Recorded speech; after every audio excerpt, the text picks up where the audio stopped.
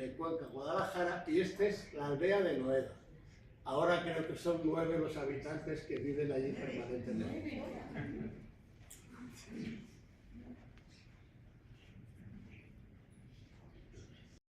Pero es una fotografía aérea del año 1956. Ahora ya, a toro pasado, podemos pensar que algunas estructuras que se ven por ahí y todo esto podría corresponder con lo que está debajo, pero ahora que lo sabemos, porque lo que vamos a ver después, que es el grueso de lo que se ha descubierto, que es la parte de la sala Tricona y la parte de las termas que está por aquí, pues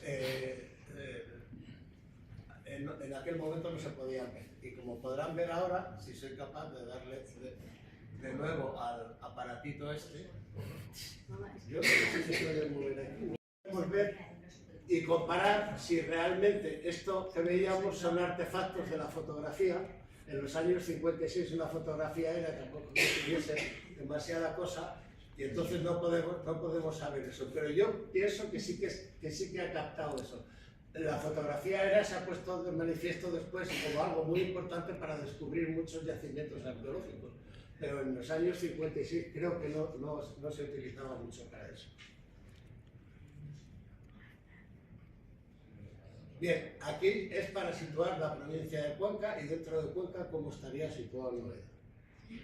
Esto es un mapa en el que estarían las principales vías romanas en la provincia de Cuenca. Fundamentalmente nos interesa ver aquí esta vía que corresponde a la ruta A31 de Antonino, y Noeda está muy cerca de esa que es una de las vías principales. La parcela que anteriormente les he mostrado era una parcela vulgar, muchas más de las que hay en la Alcarria, hasta que en los años 80, no sé exactamente cuál, el año concretamente, en la parcela se inundaba y entonces se encharcaba. Al encharcarse no salía la producción porque se estropeaban los cereales que fundamentalmente allí se sembraban, y entonces nos dijeron que convenía hacer una especie de drenajes. Al hacer los drenajes resulta que este señor, fundamental para el descubrimiento del mosaico romano de Noeda, que se llamaba Amadeo de Julián, dice: hacer el favor de venir, que aquí hay una cosa muy rara. Y paró las obras. Entonces fuimos, este es mi hermano más pequeño que yo, este soy yo, y esta no está. Iba a poner mi hermano Manolo, pues el que estaba ahí, pero no ha salido la diapositiva. Esta persona que os decía antes, Amadeo de Julián, al hilo de que aparece esto, nos enseña algunas cosas. Es una persona muy curiosa, que le gustaba andar por el campo y tal, y nos enseña entonces una especie de cosas que tenía guardadas en su casa, y entre las cuales veo que hay un plato, creo que es ibérico o centroibérico, hay unas pesas de telares, hay unas municiones para ondas y hay un par de fíbulas. Pero lo que es más interesante es que tiene también algunos restos escultóricos. Aquí vemos una parte de ellas en la que es un pie de columna que tiene unas garras que probablemente correspondan a algún animal mitológico, y se ve la cola y parte de las alas de un ave. Este es otro resto de la escultura que había cogido él en la superficie de la tierra y que corresponde a una especie de escorzo. Es estos son los genitales de un niño, esa es la zona de los glúteos y esta es la zona de los muslos, que daría ese pedazo.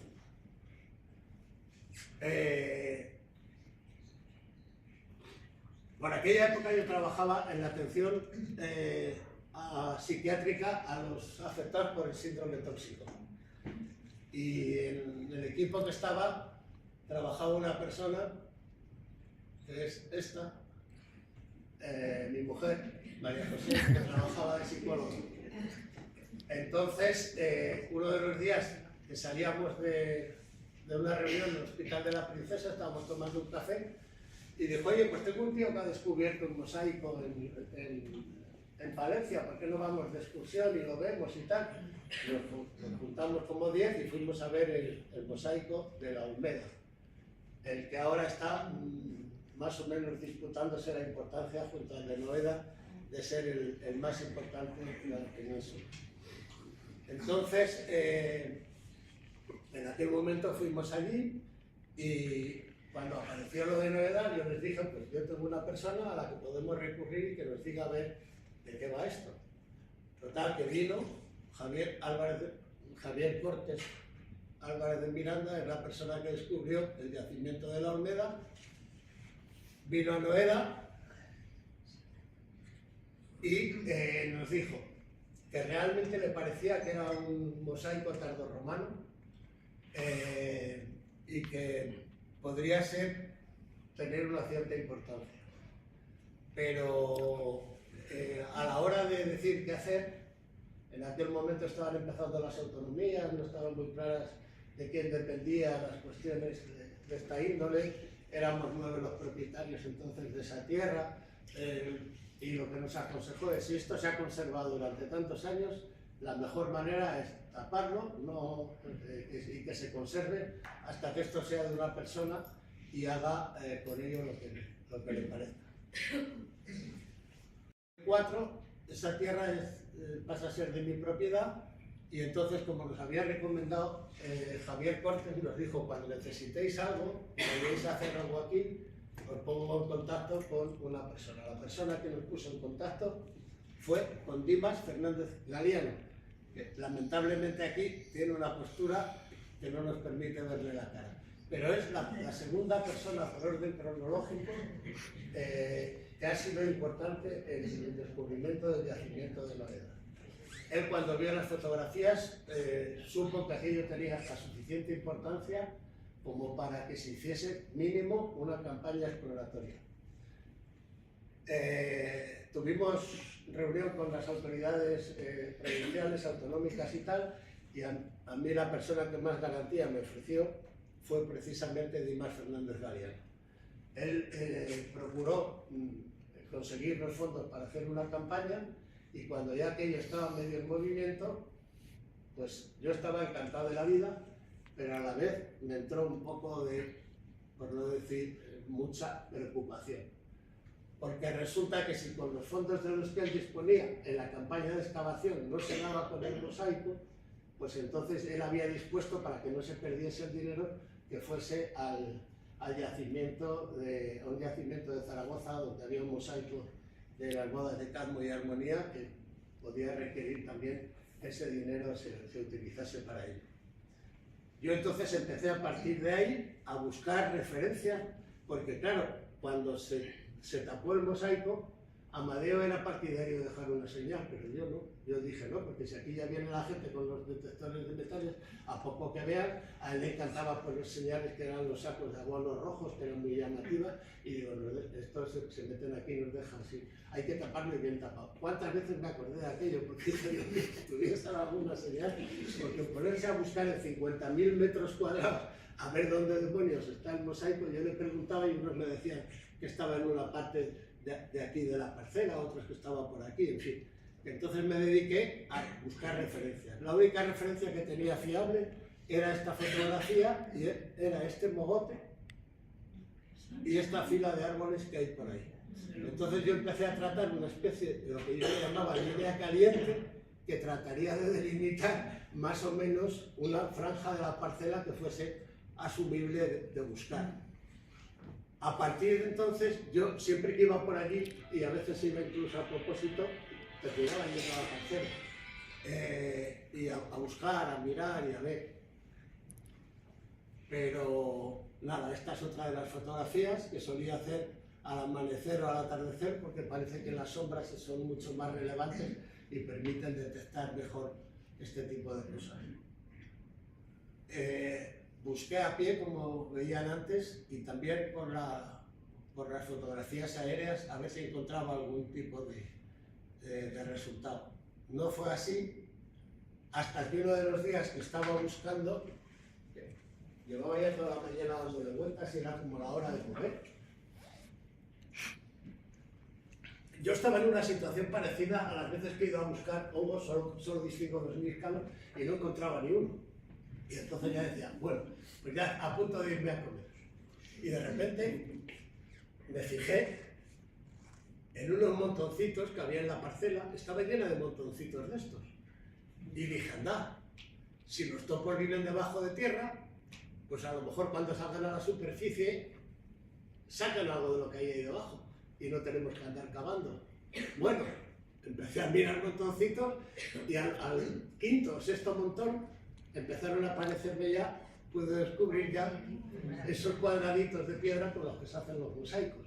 Y además había unas que son vítreas como esa y otras que eran pétreas como esa.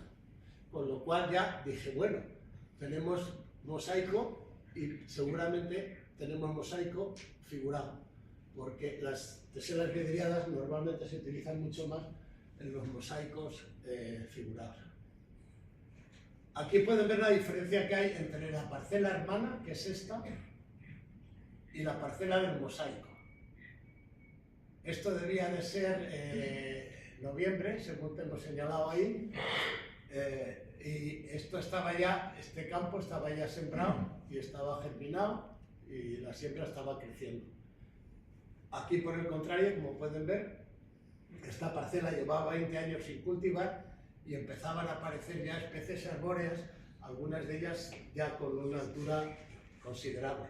De hecho, el sitio que yo señalé a partir de entonces, con uno de los muchos pedruscos que había por la parcela, ¡ay, que me he ido del foco! Y entonces, detrás de ese árbol más o menos es donde estaba lo que yo había señalado.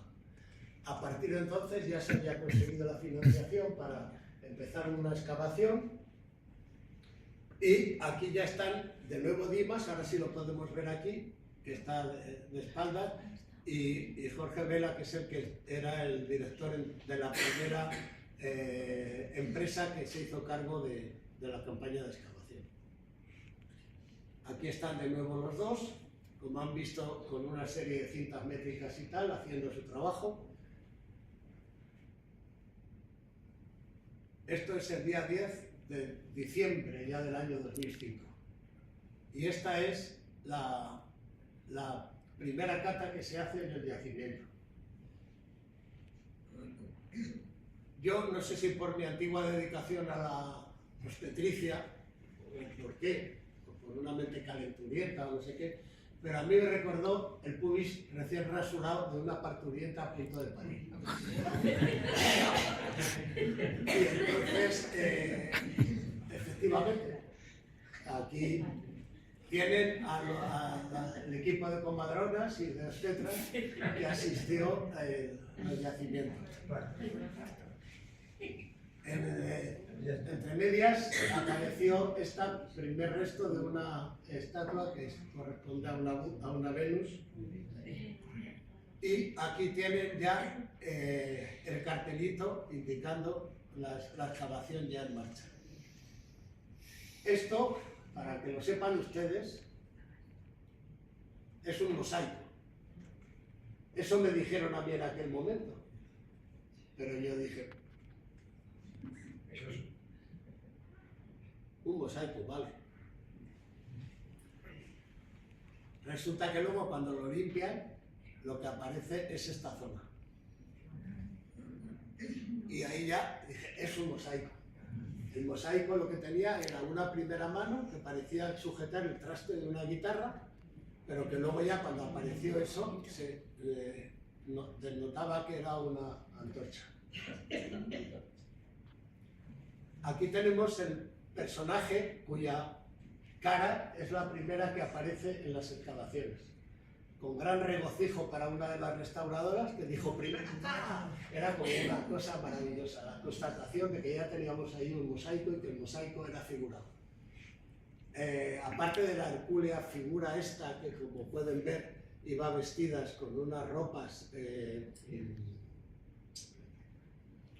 un cierto lujo, porque la pardalia es un vestido con piel de leopardo que no es demasiado común, y además tenemos ya una acompañante que miren qué parte del traje, luego lo veremos con detalle, tiene. También aparece en mosaico geométrico en las exedras, como luego veremos, y una parte de la orla que va rodeando a toda la sala principal. Esta es una foto para que tengan idea un poco de las condiciones en las que se desarrolló la primera excavación. Con la urgencia y todo, pues se hizo en el mes de diciembre. Lo normal es hacerlas como se hicieron a partir de entonces en el verano. Pero para que tengan una idea de cómo era eso, alguna que otra nevada nos cayó y llegamos a tener 17 bajo cero en algunas de las ocasiones. Aquí les muestro esta fotografía porque de nuevo está aquí Javier Cortes, que ya viene a visitar el mosaico cuando el mosaico ya se había descubierto en buena medida. Es una tesela especial. Algunas de las teselas vidriadas, para darles más valor, les ponían después una capa de pan de oro, lo cual las hacía más valiosas. El mosaico de Noeda tiene una enorme densidad de teselas de oro, porque todas las pulseras, los colgantes, los pectorales, los pendientes, todas las joyas tenían teselas de este tipo. Yo estuve ausente durante 15 días porque era Navidades y teníamos un viaje familiar y tal, y cuando volví me encontré con esto. Yo me había ido con dos figuritas por aquí, creo que estaba descubierto este sátiro y no sé si esta mena. Y me encontré con esto. Eran como ya 60 y tantos metros de mosaico que ya sí se veía que era un mosaico de importancia. Ahí acaba la campaña de invierno, la primera, la del año 2006, y aquí se queda así cubierto con aquella capa que se puso, y después empieza la campaña del 2007. En el 2007 ya se empieza a fotografiar. Aquí tenemos a Pito Latova haciendo todas las situaciones para poder colocar las múltiples cámaras con las que se hizo el reportaje. Aquí empieza a aparecer figuras que nos eran familiares, porque habían aparecido la primera parte que teníamos del mosaico, que teníamos conocimiento, fue un trozo así, un trozo como este. Y entonces los personajes se parecían tanto que era como si fuese una especie de copia que había aparecido aquí. Pero son diferentes porque, como luego veremos, en esta escena aquí está tomando la mano por el antebrazo, y en la otra, en la que nosotros, esta es la nueva, la que se descubrió. En la anterior estaba cogiéndose las manos y las manos están juntas, que ya veremos que tiene un significado distinto. Esto es cuando estaban haciendo toda la reproducción de lo que eran los dibujos del mosaico. Aquí se ven algunas de las estructuras que aparecen, donde se ve una parte de la exedra norte, luego se ve otra parte de la exedra del noroeste y una parte que está desaparecida, que es una exedra que está ahí. Esta es otra de las figuras que aparecen, restos, en este caso, de una cabeza frigia. Aquí empiezan a aparecer escenas, este de ellos es un boxeador. Esta es la primera vez que se presenta el mosaico en público. En público, bueno, es en una iglesia de 12 habitantes, así que como pueden suponer, la mayor parte que hay lo hice por los habitantes de Noeda, que son 9 o 10 que están por aquí. El resto pues son amigos y conocidos que asistieron a esa presentación. Esta es la iglesia de Noeda con todos sus antirulitos allí donde presentamos la primera vez el mosaico. La tercera campaña se inicia en el verano de 2007. Aquí tienen algunas de las cosas que aparecen en un principio. Este es el equipo que trabajó en aquella ocasión, en esa campaña. Y aquí ya se cubre, en primera intención, con una carpa. Esta es otra instantánea donde pueden ver las nevadas como caían y el beneficio que tuvo la carpa para todo eso. porque además en esta ocasión se acumuló tantísimo peso allí que teníamos miedo que se nos cayese el techo de la carpa y tuvimos que andar poniendo unos aparatos de calor para que se fundiese, porque si no, no hubiese aguantado el peso. Esta es la carpa y cómo queda por dentro. Y aquí hay una parte de uno de los cuadros que luego explicaremos que pertenece al cortejo de Barro. Aquí pueden ver los detalles de uno de los restauradores. Esto pertenece a la sala octogonal, que luego veremos en más detalle los dibujos. Esto es un detalle de uno de los hidráulis, un órgano que mezcla el agua y el aire para producir sus sonidos, y que lo veremos después con detalle. Esta es otra parte que tiene que ver con esto. La segunda vez que ya se presenta a nivel provincial en los encuentros con la provincia de Cuenca en el año 2007. Aquí estamos presentándolo.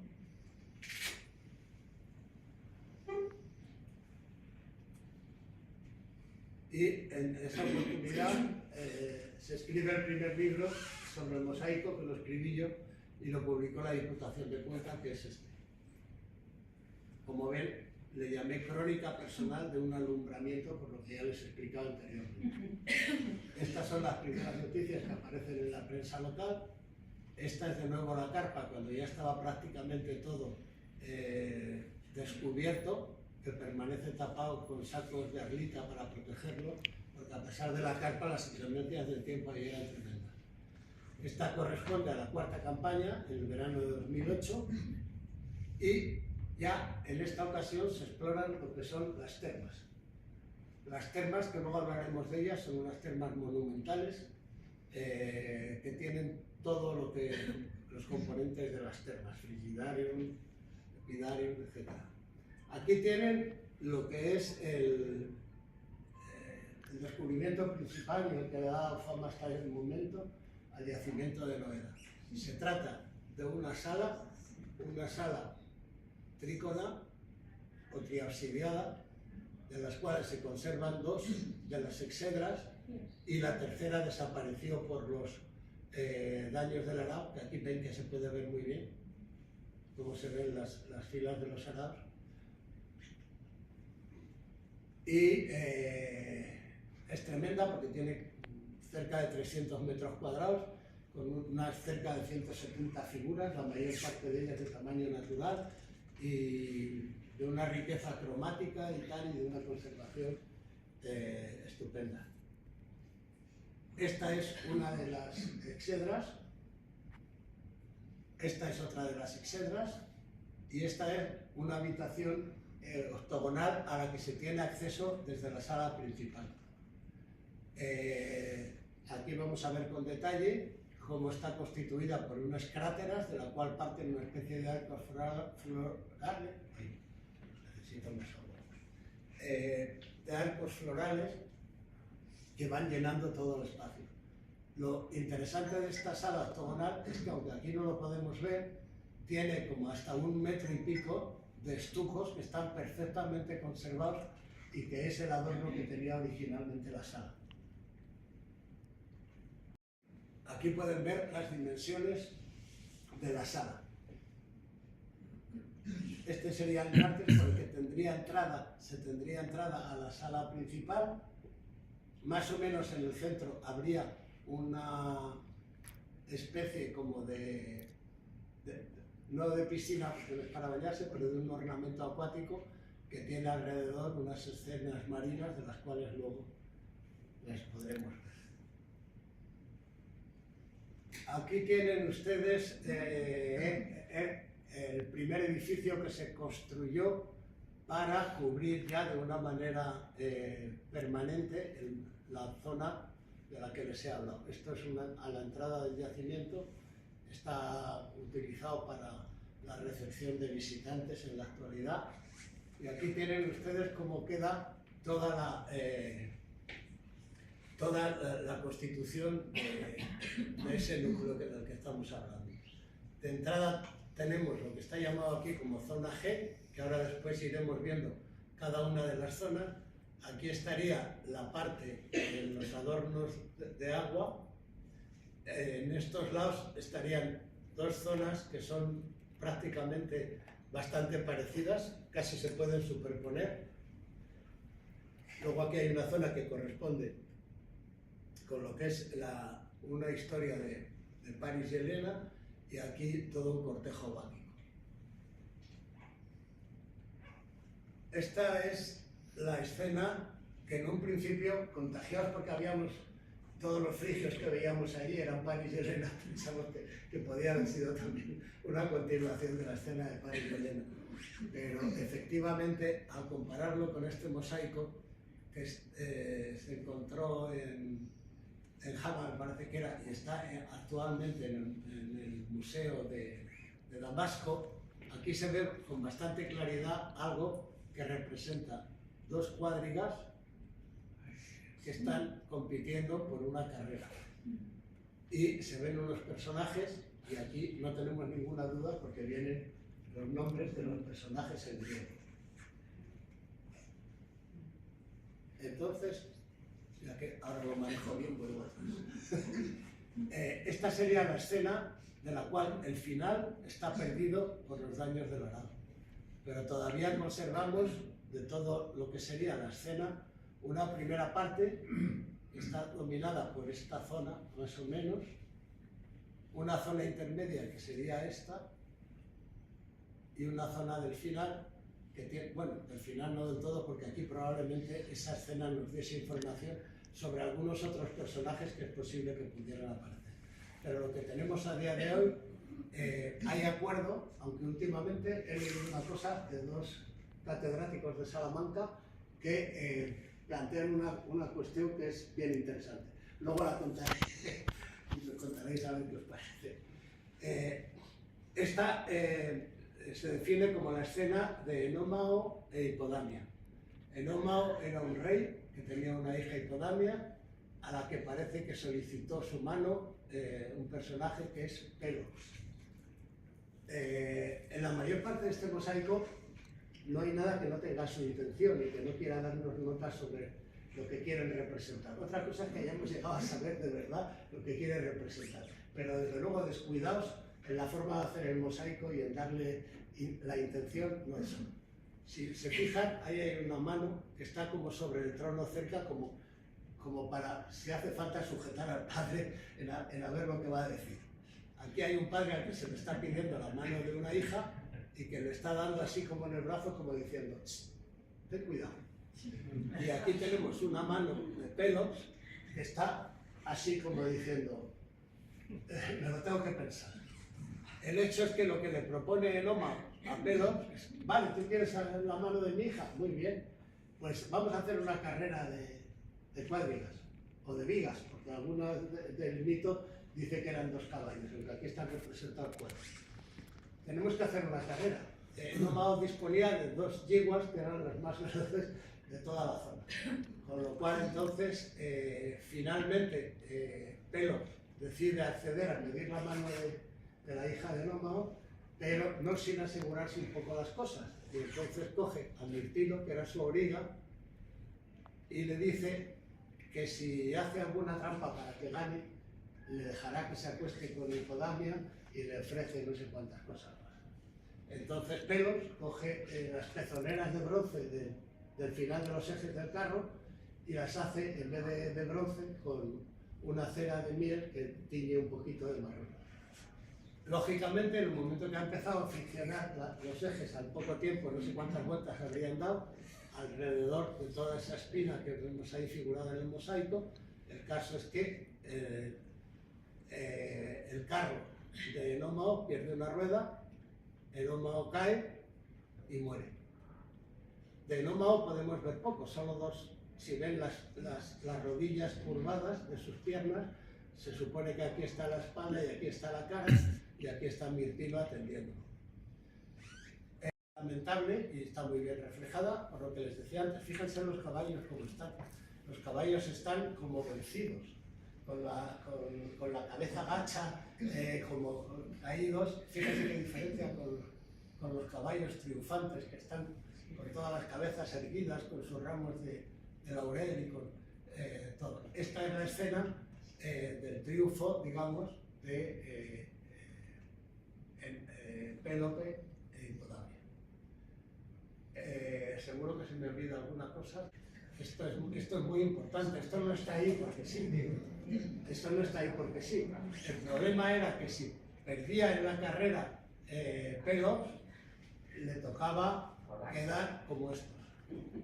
Aquí hay 3, pero el mito dice que había hasta 12 cabezas ya colocadas en la entrada del Palacio de Roma. Detalle lo que les decía antes, ¿no? La actitud de esas manos, como para decirle al padre, como para frenarlo, esta otra y esta otra. Estas son algunas escenas de las que rodean esa especie de adorno náutico que hay. Aquí pueden ver un pescador con su caña y un pulpo que está balanceado por otro pescador aquí. Aquí hay otro pescador. Creo que había una, esta. Había una donde hay un erote cabalgando sobre un delfín, una gaviota con un pez, una nereida por allí. Todo tiene que ver con motivos marinos. Esto es el tipo, para que puedan tener una idea de la riqueza que tiene todo el conjunto. Estos son la cantidad de tipos de mármoles que hay en la parte de esa especie de piscina que les decía que hay en el centro.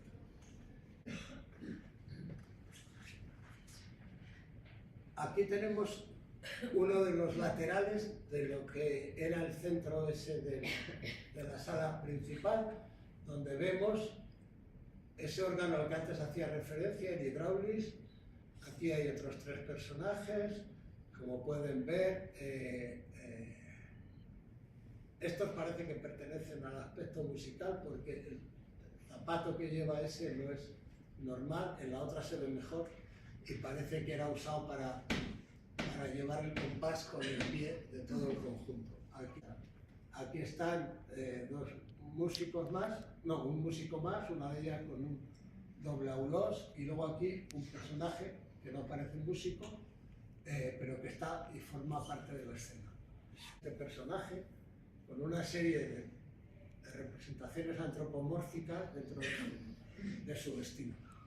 Debajo hay una serie de escenas que tienen que ver con deportes o con justas, supongo que de poesía y de cosas de ellas, y donde hay unos premiados que van recibiendo sus correspondientes trofeos. Esta es una escena, la que es como la superposición de la anterior, pero a diferencia de la anterior, aquí vemos perfectísimamente conservado el Hydraulis, con sus 27 o no sé si 28 tubos que tiene, completos, con los 2 niños que están soplando para mezclar el aire con el agua, el organista que está tocando, todas esas cortinas, fíjese qué detalle tiene todas esas guirnaldas, que parece todo ello estar indicando símbolos que nos pueden hablar del amor. Aquí vemos estos 3 personajes, aquí veis el zapato como se le ve completamente sobredimensionado, y fíjense en este personaje. El personaje tiene una riqueza de vestidos que yo creo que es significativa en relación al resto, más rica, y está tocando una cítara. Aquí hay, a diferencia de antes, estos 2 músicos, este no es músico, pero lo que sea, están mirando hacia esta zona de aquí. En la única cartela, el único epígrafe que hay en todo el mosaico. El mosaico, lo que pone ahí en un latín parece que un tanto macarrónico, es Nimum Celotipi Nunti. Parece que traducido podría ser la escena, Mimo, la escena del marido celoso. Si se fijan ustedes, aquí tenemos la mano izquierda de una señora que está sentada en el borde de una cama, y aquí tenemos la mano izquierda de un señor que está sentado en el borde de esa misma cama. Entre ambos, ¿saben ustedes lo que hay? ¿Se distingue? Una cadena. Parece ser que lo que está relatando es una escena en la que hay una infidelidad de parte de esta señora en relación a este señor. Hay otros dos personajes que están detrás, que no sé muy bien qué cometido tienen, pero este de aquí abajo sí se le ve claramente. Es como un niño o un adolescente que está como compungido y llorando, supuestamente porque es el a través del cual ha tenido noticia el marido de la infidelidad. Bueno, aquí tenemos otros dos de los motivos que aparecen en el mosaico. El primero de ellos, este de aquí, es una especie de... Si ustedes se imaginan un cómic, pueden ver aquí más o menos los antecedentes del cómic. Aquí empieza la historia, por orden, con esta parte de aquí, que se refiere al famoso juicio de París. Que por descuido a la diosa Eris, la diosa de la discordia, y entonces en mitad del banquete nupcial lanza una manzana de oro y dice para la más bella, y se la lanza a Zeus. Zeus, que tiene un compromiso con las tres que optan a ser la más bella de las tres, no quiere entrar en líos y dice que decida París. Y manda a que vaya a París a elegir a alguna de las tres. Las tres son Afrodita, Hera y Atenea. Afrodita le ofrece el imperio de Asia, Hera le ofrece el ser vencedor, Atenea le ofrece ser vencedor en todas las victorias y Hera, no recuerdo la misma que le ofrece. El caso es que la que resulta vencedora es Afrodita. Aquí se supone que el Eroteete está con la mano lista para recoger la manzana y dársela a la vencedora de las tres. Una especie de, no sé cómo se llama, era, como saben, es la esposa de Zeus, y una de las razones por las que Zeus le largó la manzana a París para que decidiese. Y aquí ven a Atenea, que está con todos los atributos. Tiene ahí una égida con una gorgona, el casco, la lanza, el escudo, y fíjense la riqueza del vestido de Atenea. También tiene una serie de figuras antropomórficas, algunas de ellas creo que son representaciones, pudieran ser de la misma Atenea o de escenas de sus acciones, y son de una riqueza. No sé si lo he dicho anteriormente, pero el total de teselas que componen este mosaico de la sala principal está calculado en 3.200.000 teselas con las que se han usado para conseguir este mosaico.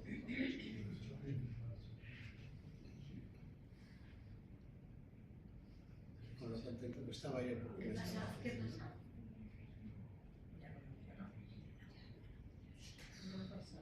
No pasa.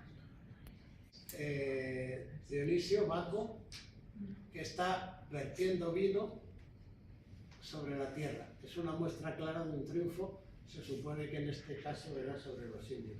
Fíjense el detalle con el que están todos los ejes, las ruedas del carro, todos los cíclopes, también vestidos con sus pardalias, la riqueza de todo del conjunto. Bueno, esto se lo pongo para que vean una cosa. Fíjense que he trazado aquí dos líneas, una vertical y una horizontal. No la he trazado exactamente por donde debería de ir, que debería de ir por ahí, para que se vea el personaje.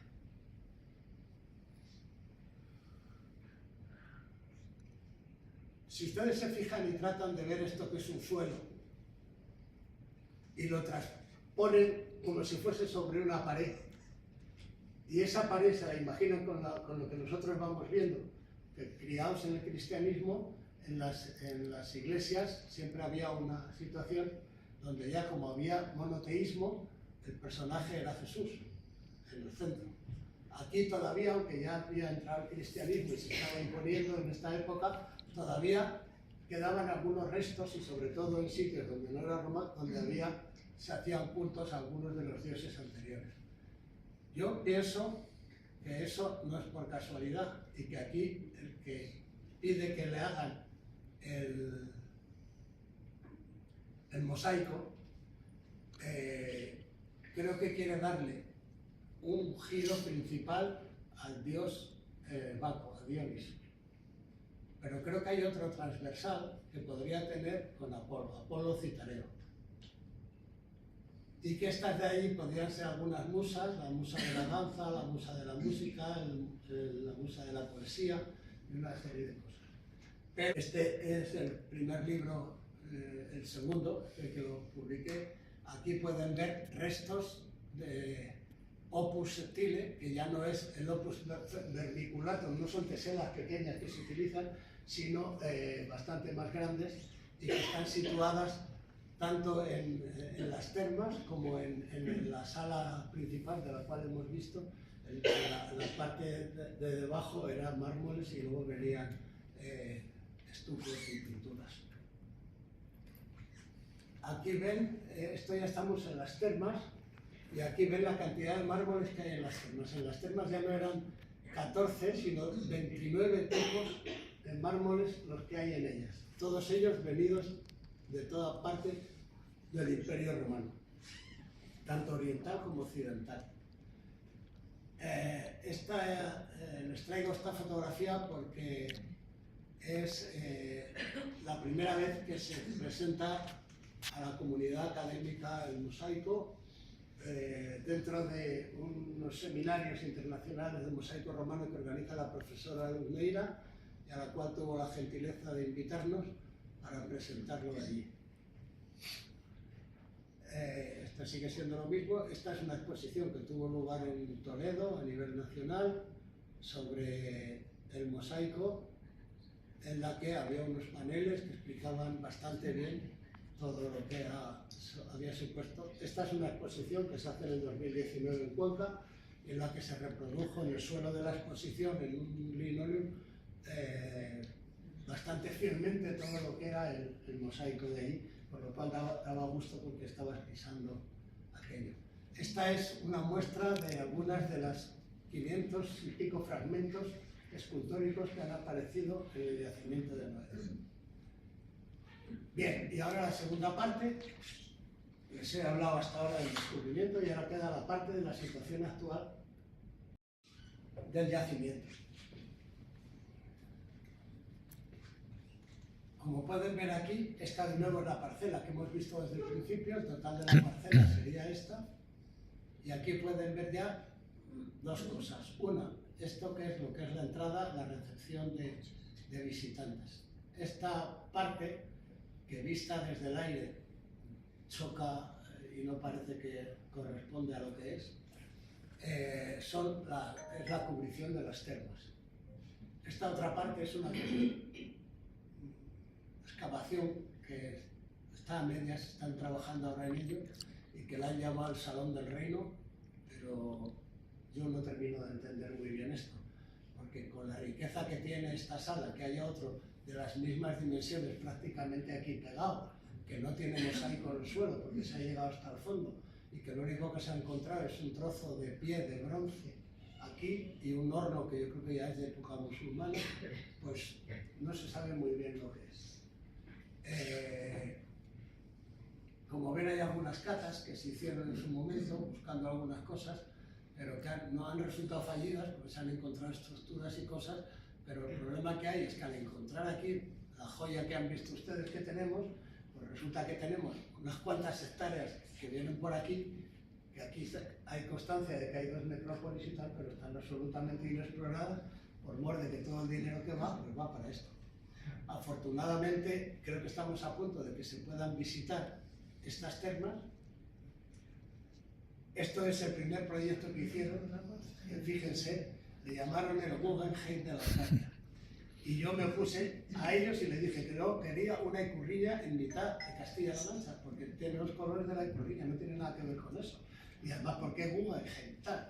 Bueno, el hecho es que es una anécdota.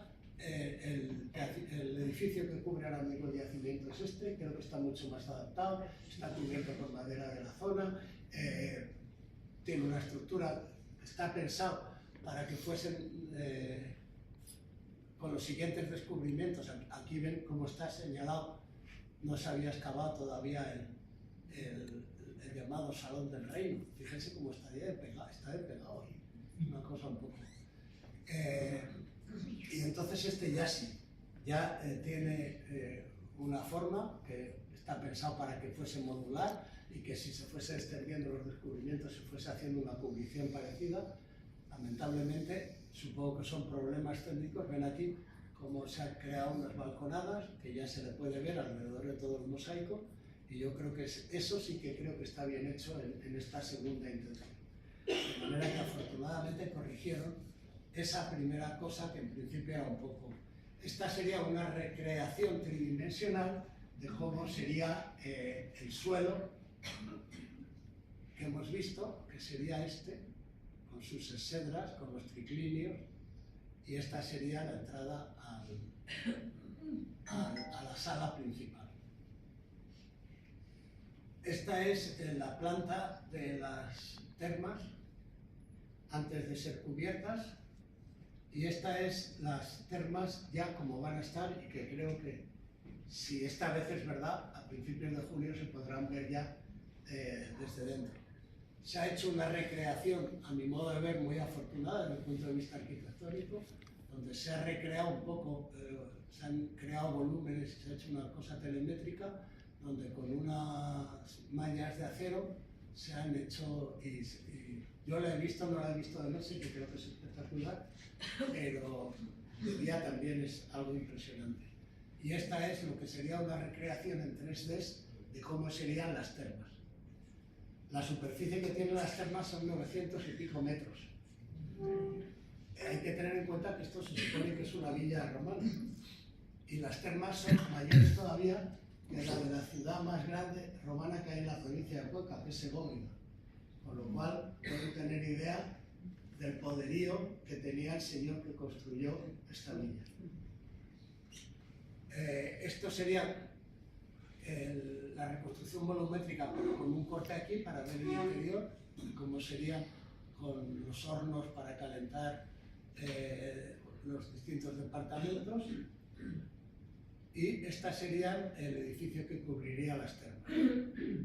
Esta es la zona que tiene como unos estanques, que ahora después veremos, y que está recreada con escenas, como pueden ver, con esculturas y tal, pero bueno, todo esto es de una reconstrucción tridimensional. Aquí verían cómo es la totalidad de la villa.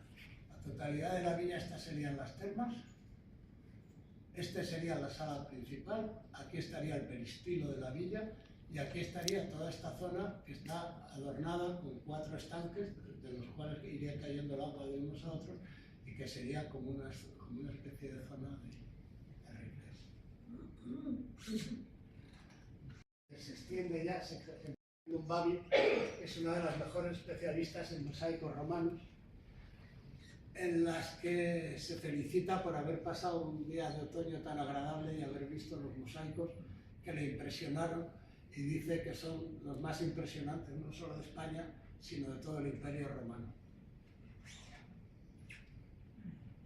Luego aquí les paso una nota del que ha sido el restaurador que ha estado desde el principio hasta todavía sigue encargado de la restauración de los mosaicos. Dice: no me arrepiento de volver a trabajar en este magnífico yacimiento, a pesar de los sacrificios personales y la dura climatología de la zona.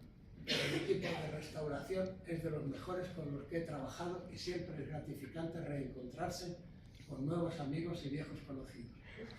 Quiero agradecerte el brindarnos a todos la oportunidad de trabajar y de investigar en Noeda, ya que tú eres el artífice de todo esto. Un fuerte abrazo. Joan Moreno. Y quiero terminar esto con una nota. La nota es un niño que entonces, cuando visitó el mosaico dentro del equipo de salud mental donde trabaja mi mujer, y que hay aquí algunos representantes, quedó muy impresionado. Y entonces le envié un libro después y me contestó con esta nota: muchas gracias, José Luis, por el detalle del libro, me ha gustado mucho. Espero que algún día vaya a Noeda a proseguir las excavaciones contigo. Un beso. No ha podido venir a Noeda a proseguir las excavaciones, entre otras cosas, porque a mí me echaron de allí un poco hace tiempo ya, y no, si pinto algo es negativamente. pero me consta que hoy día es un arqueólogo que está trabajando actualmente ahora mismo en el Museo Arqueológico Nacional. Así que este tipo de cosas son las que merece la pena, aparte de las satisfacciones directas que tiene el proceso que les estoy tratando de contar, y espero que no os haya aburrido demasiado. Muchas gracias por su atención. Al final es el cuarto, principio es el primero. Parece que la datación, cuando quieres ser fiel, bueno, ya que estáis aquí os lo cuento. Tenemos aquí a dos figuras importantísimas dentro de la arqueología y entonces quiero contar una cosa. En lo que he comentado antes de los dos catedráticos de Salamanca, dicen que además del mito de Enómao y de Hipodamia, sobre él dice que hay un rollito de papel que no tiene ningún sentido ahí y que además no hay ningún símbolo regio dentro de lo de Enómao y todas las figuras de alrededor. Y entonces él sostiene que es Estílico y piensa que Estílico fue el dueño de la villa que mandó construir la villa en el siglo final. En ese caso se tendría que datar entre el 390 y el 410 más o menos. Es la época en la que el imperio pasa de Teodosio a los hijos, han dividido el imperio entre Oriente y Occidente, y la parte esta le corresponde a Honorio. O sea, Estílico era el general que estaba encargado de proteger y de tutelar a Honorio, y entonces parece ser, y eso justificaría que pudiera tener unas ropas que él dice que son más castrenses y militares que regias. Pero era un hombre de muchísimo poder, porque además Honorio se casó con una hija de Estílico, con lo cual esas son las hipótesis. Hay otra hipótesis que se la cuento porque es muy interesante, que ha hecho un filólogo catedrático de Cádiz, que justifica el nombre de Noeda, porque en el teatro de Segóbriga hay una especie de estela en la que pone que fue financiado por un personaje que se llamaba, no me acuerdo ahora el nombre, el cognomen creo que era Novatus, y entonces ese fundó en el siglo I y II lo que parece que pudiera estar debajo de todos estos mosaicos, que es la primera villa, la original de todas ellas. Y ese sería Novatus. Este catedrático hace un estudio muy riguroso de cómo ha ido evolucionando desde Novatus hasta Noeda, pasando por todos los nombres que ha tenido en época musulmana, en época medieval, etcétera, etcétera. A mí me parecen estudios muy fiables y muy rigurosos, pero casi siempre estamos con hipótesis, ¿no? Más o menos fundadas, pero nos manejamos con eso, ¿no? Así que